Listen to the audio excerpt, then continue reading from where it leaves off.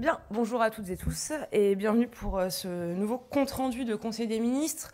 Conseil des ministres qui a permis de faire un point sur les débats parlementaires dans le cadre du projet de loi de finances et du projet de loi de finances de la sécurité sociale. Des débats qui, vous l'avez vu, sont de qualité, sont techniques, sont exigeants et se passent dans l'ensemble plutôt bien. Deuxièmement, on ne peut pas parler fiscalité sans parler emploi, croissance et état de droit. Et donc notre position sur les sujets qui sont traités en ce moment et qui seront traités dans les jours à venir, elle est connue, j'ai déjà eu l'occasion de l'exprimer. Oui à un meilleur partage de l'effort et à un meilleur partage des revenus. Non à ce qui altère la compétitivité, casse la croissance et la création d'emplois. Du reste, on entre dans des sujets, et en réalité on y est déjà, qui vont nécessiter un travail d'impact plus important. Impact économique, impact sur le rendement réel des mesures, impact également constitutionnel. Et vous le savez, autant le gouvernement bénéficie d'études d'impact lorsqu'il pose un projet de loi, autant les parlementaires sont en réalité peu outillés pour avoir ces retours. Et donc le rôle du gouvernement va être d'apporter cet éclairage, y compris peut-être sur des propositions qui ont d'ailleurs déjà été votées. On a un certain nombre d'outils et le gouvernement y reviendra. Mais c'est évidemment quelque chose dont nous allons nous saisir. Dernier point, et ça avait été déjà évoqué ici ou là, mais je suis en mesure aujourd'hui de vous le confirmer, dans les prochains jours et sur les sujets qu'il décidera, le Premier ministre ira lui-même et se rendra au Parlement pour participer au débat dans le cadre du projet de loi de finances. Voilà, et je le laisserai préciser exactement le moment de sa présence et les sujets qu'il choisit pour participer à ces débats. J'en viens à la partie plus formelle du Conseil des ministres, avec un certain nombre de textes présentés ce matin. Donc les décrets relatifs aux attributions des ministres, je ne vais pas y revenir. En revanche, un texte très important présenté par le ministre de l'Intérieur, Laurent Nunez, à savoir un projet de loi permettant d'étendre les prérogatives des polices municipales et des gardes champêtres. C'est un projet qui est très attendu par la police municipale, très attendu par les élus locaux et par les maires de notre pays. Un texte, donc, je l'ai dit, important et qui va permettre d'adapter les pouvoirs des polices municipales aux évolutions de la délinquance et aux réalités de terrain. Concrètement, il donne la possibilité aux maires de créer un service de police municipale à compétences judiciaires élargies, sous le contrôle, bien sûr, de l'autorité judiciaire. Donc, concrètement, quelques délits contre lesquels la police municipale pourra désormais directement lutter. Je vous donne là quelques exemples. La vente à la sauvette, l'occupation illicite de halls d'immeubles, la vente d'alcool aux mineurs et la conduite malgré invalidation de permis, par exemple. Voilà, et donc ça s'inscrit pleinement dans l'objectif qui est celui du gouvernement de travailler à garantir à toutes et à tous la sécurité du quotidien auquel ils ont droit. Le ministre de l'Europe et des Affaires étrangères, Jean-Noël Barrot, a quant à lui présenté deux textes. Premièrement, un projet de loi autorisant l'approbation de la convention d'extradition entre la France et la Colombie. Et deuxièmement, un projet de loi autorisant l'approbation d'un accord de coopération en matière de défense avec la Moldavie. Le ministre délégué chargé de l'Industrie, Sébastien Martin, a ensuite présenté un projet de loi visant à transposer des dispositions européennes en matière de transition énergétique. Et la ministre des Armées et des Anciens Combattants, Catherine Vautrin, a présenté un décret pour réformer la rémunération des militaires, qui a été un engagement pris par le président de la République et l'ancien ministre des Armées, devenu Premier ministre, Sébastien Lecornu. Les engagements pris sont donc des engagements tenus et conformément à la loi de programmation militaire, la révision des grilles indiciaires des militaires se poursuit avec celle des officiers, après les militaires du rang, les sous-officiers des armées et les sous-officiers supérieurs. Concrètement, la grille indiciaire unique est remplacée par une nouvelle grille comportant 3 échelles de solde, incitant au développement des compétences et à la prise de responsabilité. Enfin, sur l'ensemble de ces décrets et projets de loi, le garde des Sceaux, Gérald Darmanin, a présenté un décret pour améliorer la carrière des magistrats. Cette réforme poursuit 3 objectifs. Premièrement, fluidifier les carrières en supprimant les blocages dans la progression indiciaire. Deuxièmement, favoriser la mobilité et l'ouverture du corps judiciaire. Et troisièmement, renforcer l'attractivité du métier de magistrat, essentiel dans la perspective des 1500 recrutements supplémentaires prévus d'ici 2027. Et j'en termine comme d'habitude avec un point sur la situation internationale qui a été comme d'habitude réalisé par Jean-Noël Barrot.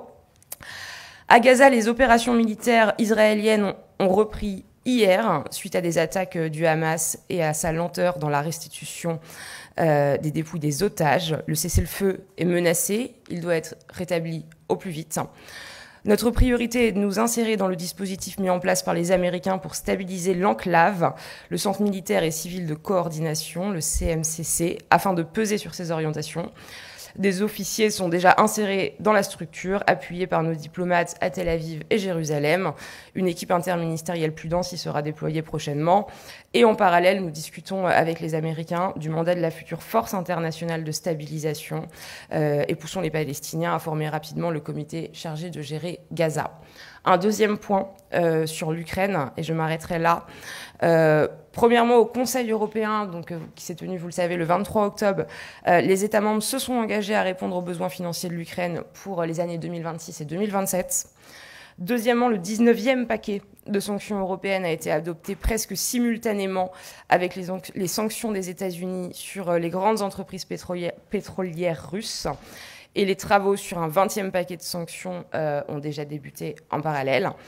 Et troisièmement, le sommet de la coalition des volontaires, coprésidé, vous le savez, par le président de la République et le Premier ministre britannique vendredi dernier, a permis de coordonner nos efforts pour maintenir la pression sur la Russie, notamment par l'entrave de sa flotte fantôme. Voilà, je m'arrêterai là et je vous propose qu'on passe, comme à l'habitude, à la partie questions.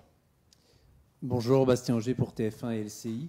Vous avez parlé tout à l'heure des discussions budgétaires. Il y a certaines taxes qui ont été adoptées, y compris contre l'avis du gouvernement. Je pense notamment au doublement de la taxe sur les GAFAM. Est-ce que malgré tout, dans son état actuel, le texte du budget qui est en train de ressortir de l'Assemblée nationale convient au gouvernement, où on atteint les limites de ce que vous pouvez accepter ? Bruno Retailleau, le patron des Républicains, a parlé ce matin sur RTL de folie fiscale. Est-ce que vous reprendriez ce terme ? Et comment allez-vous faire pour vous assurer que le deal avec les socialistes ne se fasse pas au détriment d'un vote de la part des Républicains dont vous avez besoin ? Alors, sur la première question, notre position, elle a toujours été, au fond, assez simple et assez lisible. Il y a une copie de départ qui est mise à la délibération du Parlement et amendement par amendement, le Parlement se prononce. Il s'est prononcé sur certains sujets contre l'avis du gouvernement et donc ces positions et ces votes ne nous conviennent pas, mais nous respectons le vote qui a été celui des parlementaires. Ensuite, je voudrais rappeler à chacun, et vous le savez, qu'on en est aux réalités qu'au tout début du processus parlementaire. Et donc la copie qui est actuellement en débat à l'Assemblée nationale et les votes qui ont déjà eu lieu ne sont pas la copie finale. Il y a une première lecture à l'Assemblée, il y aura ensuite une première lecture au Sénat, une commission mixte paritaire dont je ne sais pas vous dire aujourd'hui si elle sera conclusive ou pas, la mise au vote de ces éventuelles conclusions ou une seconde lecture, encore une fois, dans chacune des deux chambres. Donc, et ça vaut d'ailleurs tant pour ce que je peux entendre du côté des Républicains que du côté des socialistes. Il y a encore du temps et donc les débats doivent continuer dans la sérénité et dans cet esprit qui, je crois, fait honneur au Parlement en ce moment, qui est un esprit de dialogue, de co-construction et de travail. Sur la question, la deuxième question, des propos de l'ancien ministre de l'Intérieur, nous, on sera évidemment très attentifs aux propositions du Sénat et de la droite sénatoriale qui fera son travail. Il y a un certain nombre de mesures dans la copie initiale du gouvernement. Je pense au sur-IS, donc le surimpôt sur les sociétés qui touche 440 grandes entreprises, ou à la contribution exceptionnelle pour les plus hauts revenus, qui constitue effectivement un effort fiscal important, effort fiscal qui était déjà demandé dans la copie de Michel Barnier et de son gouvernement auquel j'ai eu l'honneur d'appartenir, et gouvernement auquel Bruno Retailleau appartenait aussi. Donc je crois que voilà, on doit pouvoir arriver à converger. Bonjour, Christelle Méral, France Télévisions. Je crois que vous aviez encore quelque chose à dire. Un point sur la fameuse donc, taxe Zucman, dont ni le camp présidentiel ni le Premier ministre ne veut taxe Zucman light ou pas. Alors, qu'est-ce qui pourrait remplacer, alors, justement, cette taxe sur les plus hauts patrimoines et qui pourrait apporter le rendement que réclame le PS ? Ça, les débats le diront, et je vous renvoie vers les travaux qui se tiendront à l'Assemblée nationale et à Amélie de Montchalin. Encore une fois, je ne peux pas dire autre chose que oui, avancer sur une meilleure répartition de l'effort en matière de revenus issus du patrimoine, mais non à tout ce qui vient altérer la croissance, casser l'emploi et freiner l'attractivité française et la vie de nos entreprises. Et c'est pas une position qu'on tient par principe, par dogmatisme ou par volonté de bloquer le débat, notamment avec les socialistes. C'est une position qu'on tient simplement pour le pays parce qu'on est profondément convaincu qu'aller vers une taxe Zucman, par exemple, serait profondément mauvais pour la vie économique, pour l'emploi et donc à la fin pour les Français. On saura plus justement sur ces... Dans les prochains jours, puisque vous avez vu comme moi l'évolution du débat parlementaire, et donc est-ce que ce sera vendredi, est-ce que ce sera lundi? Moi, je ne peux pas faire des projections sur la vitesse d'avancement des travaux parlementaires. On est quand même très loin de ce fameux compromis, puisqu'on voit bien que le PS y réclame 15 milliards au départ. Alors même si ce ne sera pas 15 milliards, là en l'état, pour l'instant, les propositions qui avaient été faites, la taxe sur les holdings familiales, elle rapportait 1 milliard et demi selon les différentes projections. Donc là, on est quand même très très loin. Et c'est pour ça qu'il y a encore du travail et en fait un réel contraste entre le temps médiatique qui voudrait qu'on apporte des réponses tout de suite et que je sois aujourd'hui en mesure de vous dire comment tout ça se termine dans quelques semaines, et puis le temps parlementaire qui est plus long, voilà, plus exigeant, et donc il y a encore du travail et c'est bien normal. Bonjour, Madame la Ministre, Martin Baumer, France Info Télé. Vous parliez du temps parlementaire, justement, il est assez lent en ce moment, ce temps, ces discussions. En tout cas, ils prennent le temps. A priori, il n'y aura pas de vote le 4 novembre pour la première partie du PLF.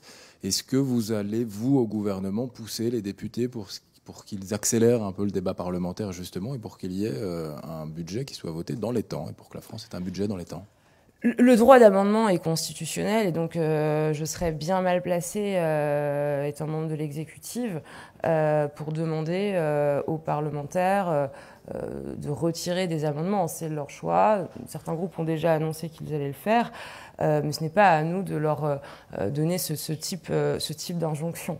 Voilà, du reste, 40 jours sont prévus dans la loi pour l'étude du projet de loi de finances, et donc nous, pendant ce délai, nous serons évidemment à disposition de l'Assemblée nationale.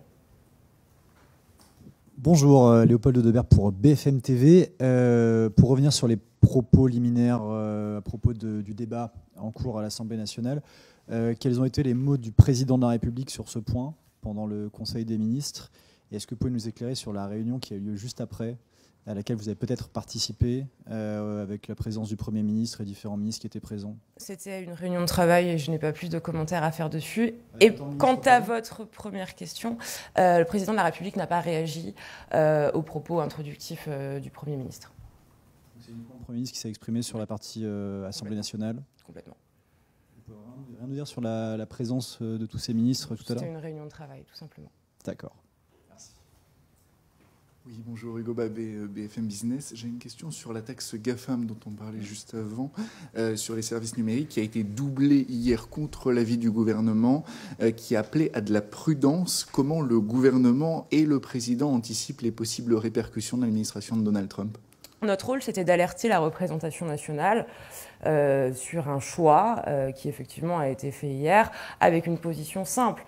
Nous ne sommes pas contre sur le principe, mais on estime que ce type de mesures doivent être prises, et c'est l'action du président de la République depuis plusieurs années maintenant, à l'échelle de l'Union européenne, parce que c'est à cette échelle-là qu'elles permettent d'une part d'être pertinentes et d'autre part de protéger notamment un certain nombre de filières françaises d'éventuelles mesures de rétorsion.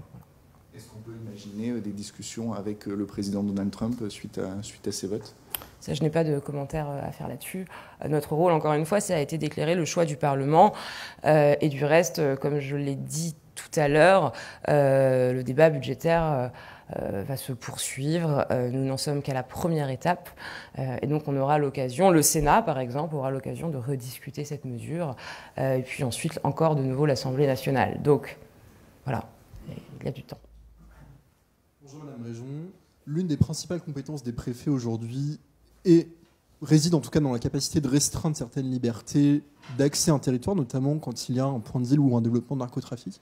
Est-ce que Laurent Nunez, au vu des nouvelles lois qui ont été proposées sur les pouvoirs des polices municipales, s'est exprimé sur la coordination, en tout cas les travaux qui seront menés entre les polices municipales et les préfets pour restreindre l'accès à certains lieux, dans certaines villes notamment? Non, ça n'a pas été évoqué, donc je vous renvoie vers le cabinet du ministre de l'Intérieur. Très bien, si nous en avons terminé, je vous remercie et puis je vous dis à la semaine prochaine.